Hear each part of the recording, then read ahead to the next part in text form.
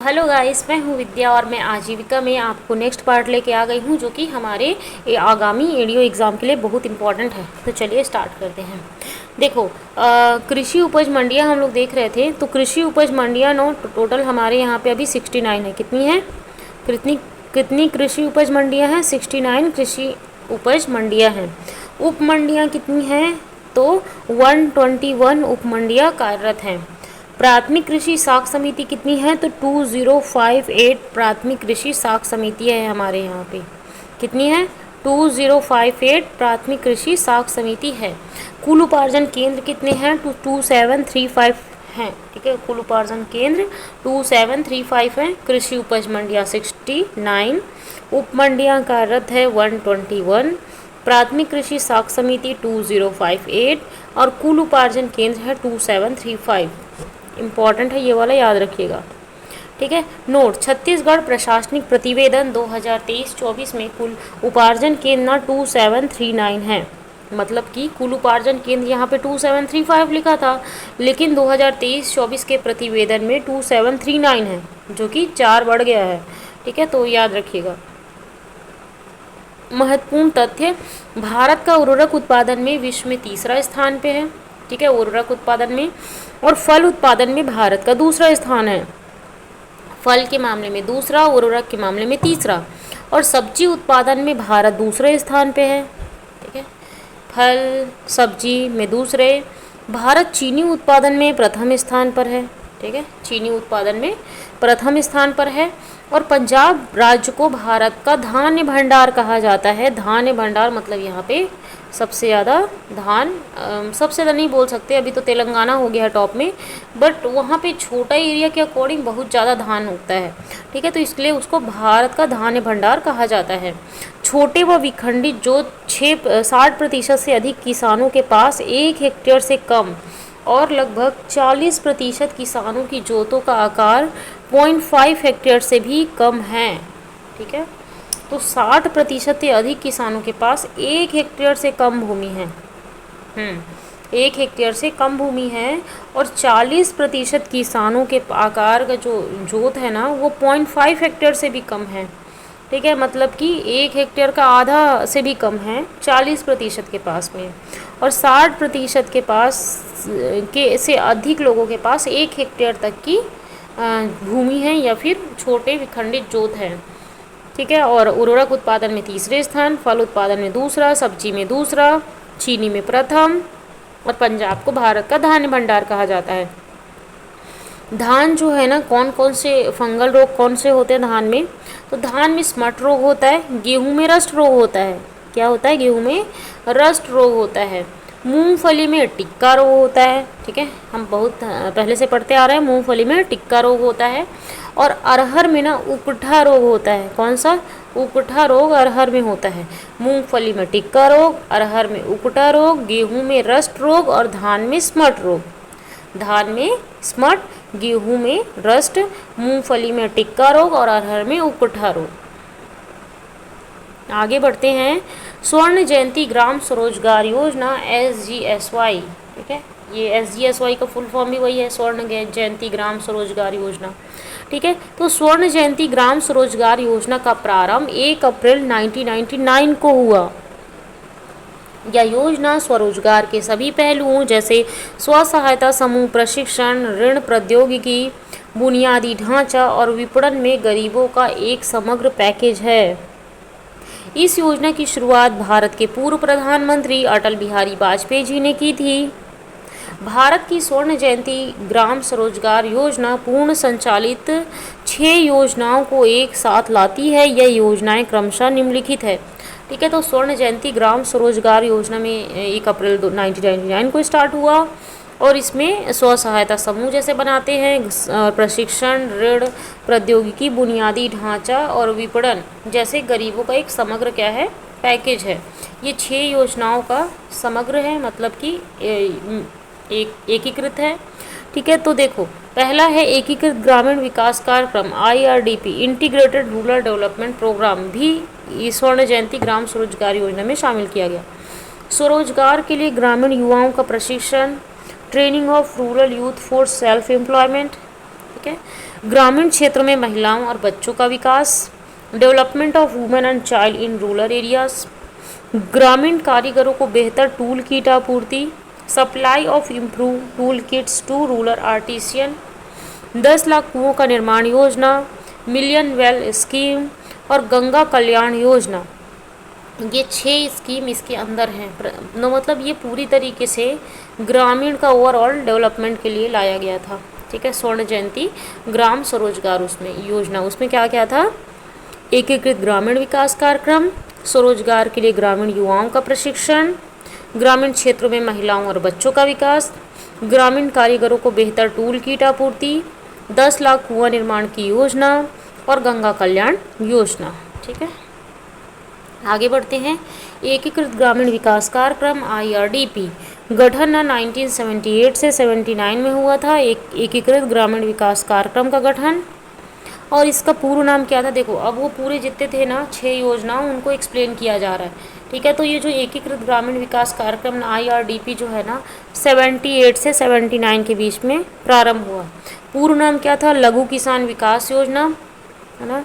और ना 1973 में चौथी पंचवर्षीय योजना में ये लाया गया था, लघु किसान विकास योजना।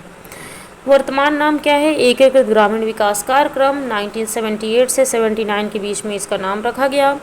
और इसमें लाभान्वित कौन होंगे, सीमांत जोत वाले किसान जिसकी भूमि 1 हेक्टेयर से कम है, और लघु जोत वाले किसान जिसकी भूमि 1 से 2 हेक्टेयर के बीच में है, और खेतीहर किसान वे किसान जो अपनी आय का 50% कृषि मद से प्राप्त करते हैं। ठीक है, 50% कृषि मद से प्राप्त करते हैं तो वो भी इसमें लाभान्वित होंगे।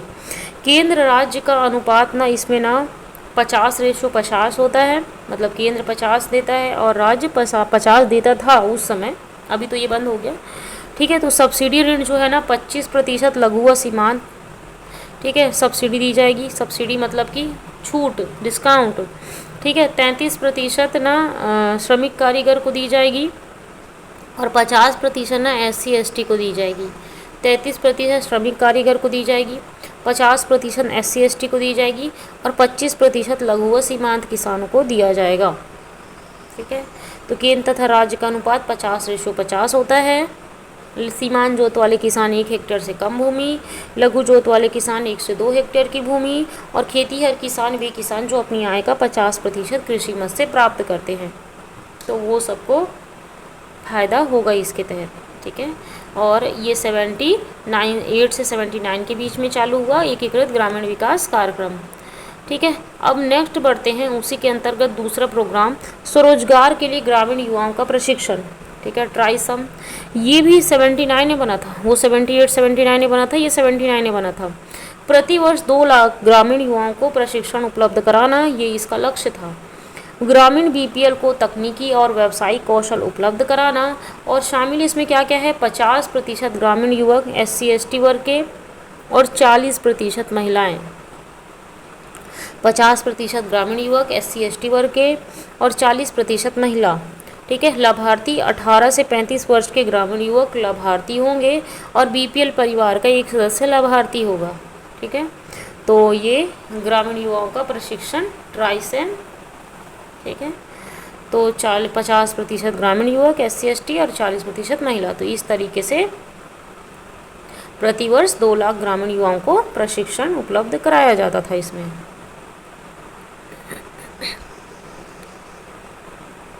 नेक्स्ट है ग्रामीण क्षेत्र में महिलाओं और बच्चों का विकास, DWCRA गठन ना इसका ना 1982 में हुआ था। कब हुआ था, 1982 में हुआ था। और उद्देश्य क्या था, ग्रामीण महिलाओं को वित्तीय सहायता प्रदान कर उनकी सामाजिक, आर्थिक, स्वास्थ्य और शैक्षणिक स्थिति में सुधार कर रोजगार के अवसर सृजन करना। ठीक है, पात्रता ना 18 से 35 आयु वर्ग के महिला और युवक इसमें शामिल थे, और ना BPL परिवार की महिला भी इसमें शामिल है। वित्तीय सहायता ना ग्रामीण क्षेत्र की महिलाओं को चक्री निधि के माध्यम से 25,000 रुपये प्रदान किए जाते हैं। कितना, 25,000 रुपये प्रदान किए जाते हैं, जिसके अंतर्गत केंद्र, राज्य और यूनिसेफ का अंशदान क्रमशः केंद्र का 40%, राज्य का 40% और यूनिसेफ का 20%। ठीक है, ये तो ग्रामीण क्षेत्र में महिलाओं और बच्चों का विकास। तो 82 में बना था। ग्रामीण महिलाओं को वित्तीय सहायता उपलब्ध कराना, सामाजिक, आर्थिक और शैक्षणिक स्थिति में उनका सुधार करना, ये इसका लक्ष्य है। और इसमें लोन दिया जाता है 18 से 35 आयु वर्ग के महिला युवक, बीपीएल परिवार की महिला, ग्रामीण क्षेत्र की महिलाओं को चक्रनिधि के माध्यम से 25,000 रुपये प्रदान किए जाते हैं, जिसके अंतर्गत केंद्र, राज्य और यूनिसेफ का अंशदान क्रमशः 40%, 40% और 25%, 20% है। ठीक है। नेक्स्ट है, इसी के अंतर्गत ग्रामीण कारीगरों को बेहतर टूल किट आपूर्ति, सित्रा। ठीक है, तो 1992 में स्टार्ट हुआ था ये, वो तो 1999 में स्टार्ट हुआ। तो इसके पहले जितने प्रोग्राम चल रहे थे उसको सबको मर्ज कर दिया गया। तो ग्रामीण अंचलों में युवाओं को उन्नत किस्म के टूल किट प्रदान करना, ये इसका लक्ष्य है, और तकनीकी और कौशल रूप से ग्रामीण अंचल के युवाओं को रोजगार प्राप्त हो सके। ठीक है, तो ये इसका लक्ष्य था, है ना। और टूल किट प्रदान किया जाएगा, जैसे नाम में भी है टूल किट। ठीक है, तो कारीगरों को 1992 में स्टार्ट हुआ था। नेक्स्ट है पांचवा, 10 लाख युवाओं 10 लाख कुआं की योजना, कुआं। ठीक है, MWS। ये 1993 से 1994 में स्टार्ट हुआ, और ग्रामीण स्तरों में सिंचाई की व्यवस्था को सशक्त बनाना, ये इसका लक्ष्य था। और इसके अंतर्गत 10 लाख कुओं के निर्माण का प्रावधान किया गया था। ठीक है, 10 लाख कुओं के निर्माण का प्रावधान किया गया था। ठीक है, तो 10 लाख कुओं का निर्माण योजना, इसमें 10 लाख कुआं बनाने के लिए वो किया गया। 1993 से 4 में स्टार्ट हुआ, सिंचाई व्यवस्था को सशक्त बनाने के लिए। नेक्स्ट है गंगा कल्याण योजना, GKY। ये 1997 में स्टार्ट हुआ, गंगा कल्याण योजना। और गरीबी रेखा से नीचे जीवन यापन कर रहे लघु एवं सीमांत किसानों को सिंचाई के साधन उपलब्ध कराकर उनका आर्थिक विकास सुनिश्चित करना, ये इसका लक्ष्य था। ठीक है, सिंचाई के साधन उपलब्ध कराकर उनका आर्थिक विकास सुनिश्चित करना, ये इसका लक्ष्य था गंगा कल्याण योजना का, जो कि 1997 में प्रारंभ हुआ। ओके, नेक्स्ट आगे बढ़ते हैं। भारत सरकार द्वारा शुरू की गई स्वर्ण जयंती ग्राम स्वरोजगार स्कीम के तहत केंद्र सरकार गतिविधि समूहों के लोगों को उनकी योग्यता और अवसर के आधार पर स्थापित करेगी। NGO, पंचायती राज संस्थान, जिला ग्रामीण विकास एजेंसी, तकनीकी संस्थान, बैंक व अन्य वित्तीय संस्था इसके लिए आवश्यक कोष प्रदान करेगी, मतलब पैसे दिया जाएगा। भारत सरकार ने इस योजना का नाम बदलकर अब राष्ट्रीय ग्रामीण आजीविका मिशन NRLM कर दिया गया है। इसके बाद भारत सरकार ने इसका नाम बदलकर आजीविका मिशन रखा है। ठीक है, तो स्वर्ण जयंती ग्राम स्वरोजगार स्कीम के तहत ना केंद्र सरकार गतिविधि समूह के लोगों को उनकी योग्यता और अवसर के आधार पर स्थापित करेगी। और NGO, पंचायती राज संस्थान, जिला पंचायत विकास एजेंसी, तकनीकी संस्थान, बैंक, अन्य वित्तीय संस्थान इसके लिए आवश्यक ऋण प्रदान करेंगे, कोष प्रदान करेंगे। तो अब इसका नाम बदलकर राष्ट्रीय ग्रामीण आजीविका मिशन NRLM नाम इसका कर दिया गया, स्वर्ण जयंती ग्राम स्वरोजगार योजना को। और स्वर्ण जयंती ग्राम स्वरोजगार योजना तुमको पता है 6 योजनाओं का समन्वय था। उद्देश्य क्या है? प्रत्येक स्वरोजगारी को 2,000 रुपये तक प्रति माह आय सुनिश्चित करवाना, ग्रामीण क्षेत्रों में निरंतर आय सृजन के अवसर बढ़ाने के लिए गरीबों की क्षमता में विकास करना, और प्रक्रियागत दृष्टिकोण और गरीब ग्रामीणों की क्षमता का निर्माण पर बल दिया जाना। तो ये इसका लक्ष्य है। अब इसका नाम क्या हो गया है? NRLM हो चुका है। कार्य क्या है? यह कार्य बैंक ऋण और सरकारी सब्सिडी के जरिए किए जाते हैं। बैंक ऋण लिए जाते हैं, सरकारी सब्सिडी ली जाती है, इसके जरिए काम किए जाते हैं। इसमें स्वयं सहायता समूह का विकास और पोषण किया जाता है, जिसमें कौशल विकास भी शामिल है। ठीक है, भूमि आधारित और अन्य संभावनाओं के आधार पर बड़ी संख्या में लघु उद्यमों की स्थापना पर ध्यान केंद्रित किया जाता है।